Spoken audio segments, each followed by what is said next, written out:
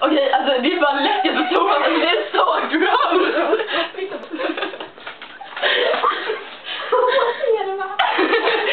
Och då ska Evelina ringa ett samtal till journumret. Våra lärare vill inte ta hand om det. Vi får vara tysta. Och det. Så, nu ringer jag. Alltså det går skit.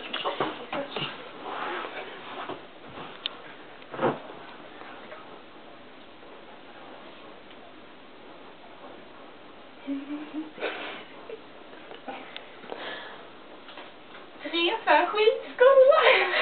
Ja, va? Hade du tagit rea för skitskola? Jag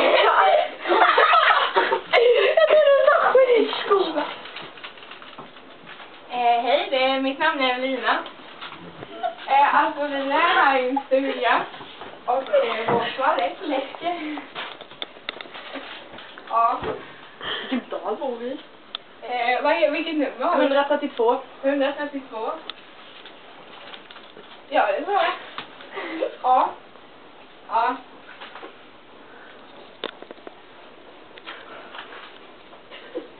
Ja, tack. Yes, hej. Vad? Det kommer en kille. Skitsnygg. Eller kan vara full. Tänk, men är gammal. Inte Willy. Så har vi fest när han kommer in.